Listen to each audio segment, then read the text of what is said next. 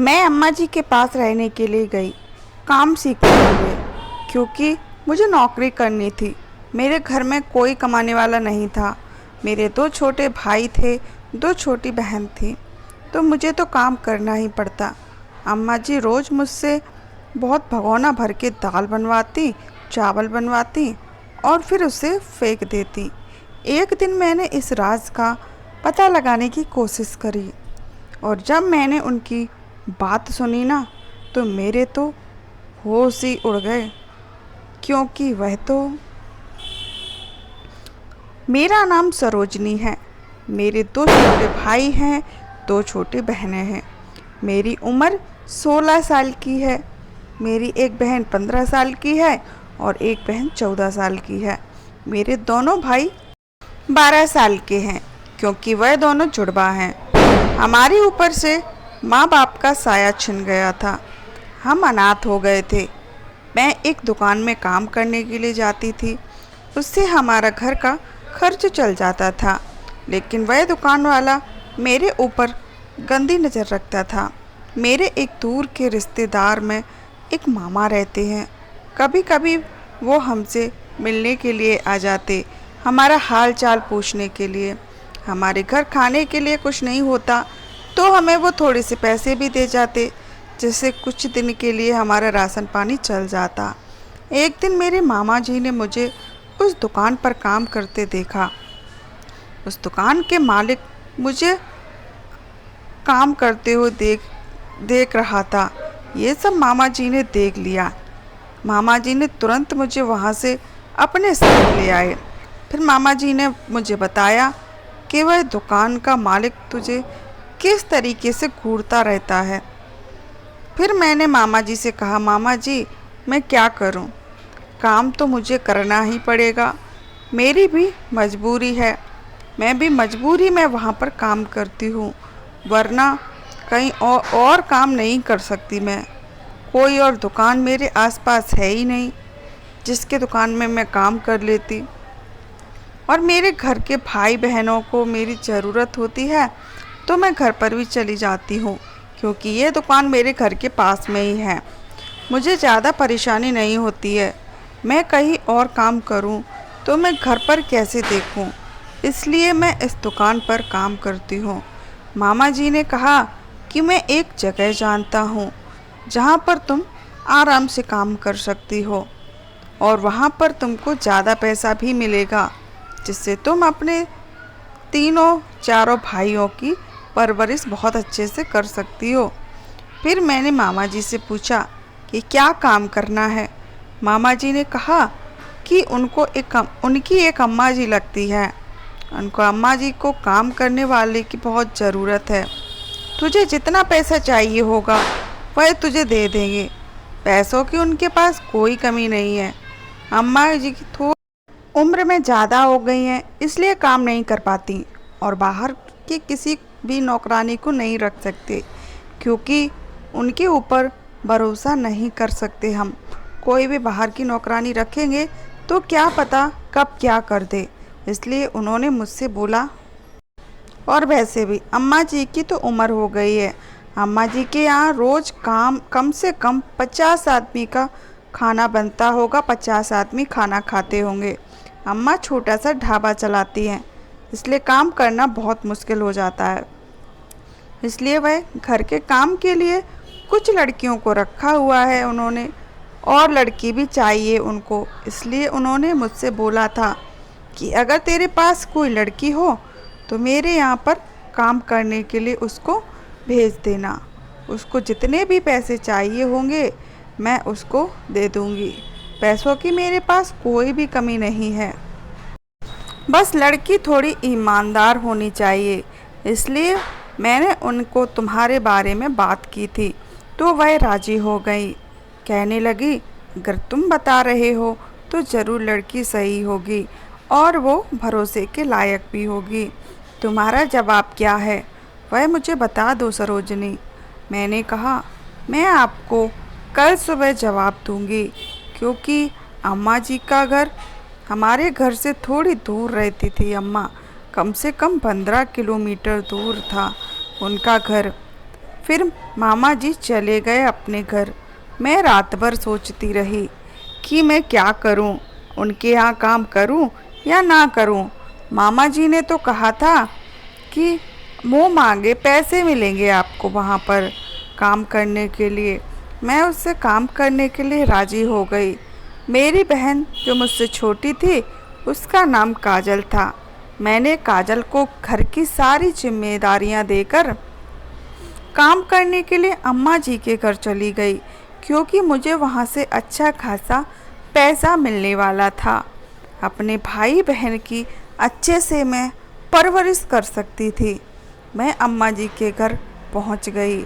अम्मा जी से पूछा, अम्मा जी मुझे क्या काम करना होगा? तो अम्मा जी ने मुझसे कहा कि मुझे एक बहुत बड़ा बर्तन भर के दाल बनाना है और चावल बनाने हैं, सब्जियां भी बनानी हैं। मैंने कहा ठीक है।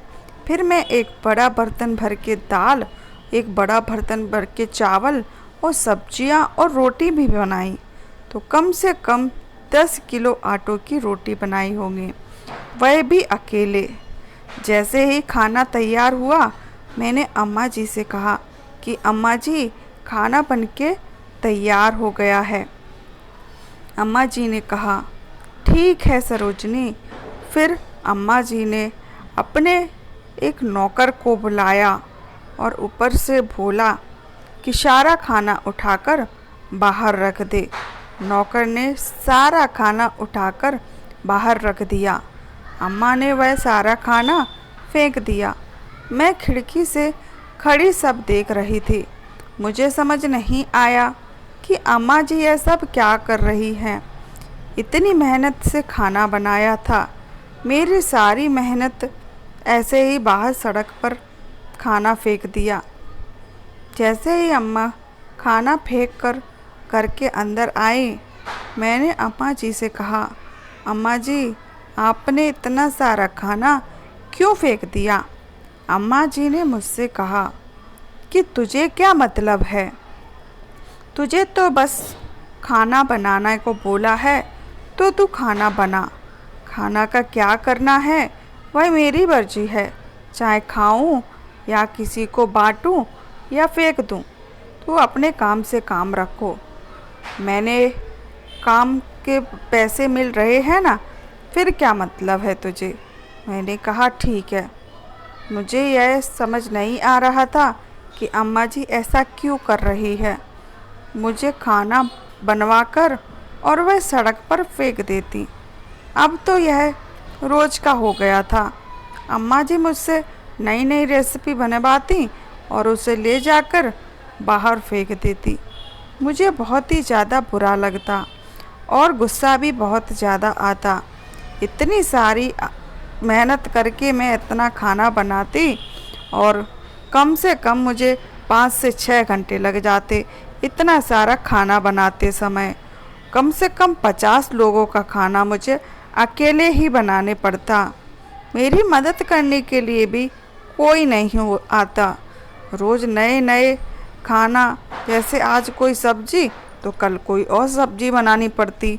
और मेरे पास मामा जी का मोबाइल भी नहीं था जिससे मैं मामा जी को फ़ोन कर पाती और उन्हें यहाँ का सारा हाल बताती। बेशक मुझे यहाँ पर खूब ज़्यादा पैसा मिल रहे हों, मगर मैं जो खाना बनाती अगर वह कोई खाकर उसकी तारीफ़ करता तो मुझे ज़्यादा खुशी होती। यहाँ काम करने में मुझे बिल्कुल अच्छा नहीं लगता। मैं यहाँ से काम छोड़ने की सोच रही थी, मगर वहाँ से आना इतना आसान नहीं था।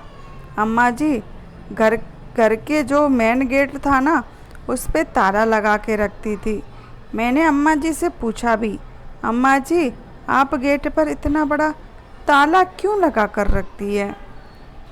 तो अम्मा जी ने मुझसे ऐसे ही बातें बनाकर बोल दिया कि आजकल चोरियां बहुत हो रही हैं ना, इसलिए ज़्यादा कुछ नहीं कहा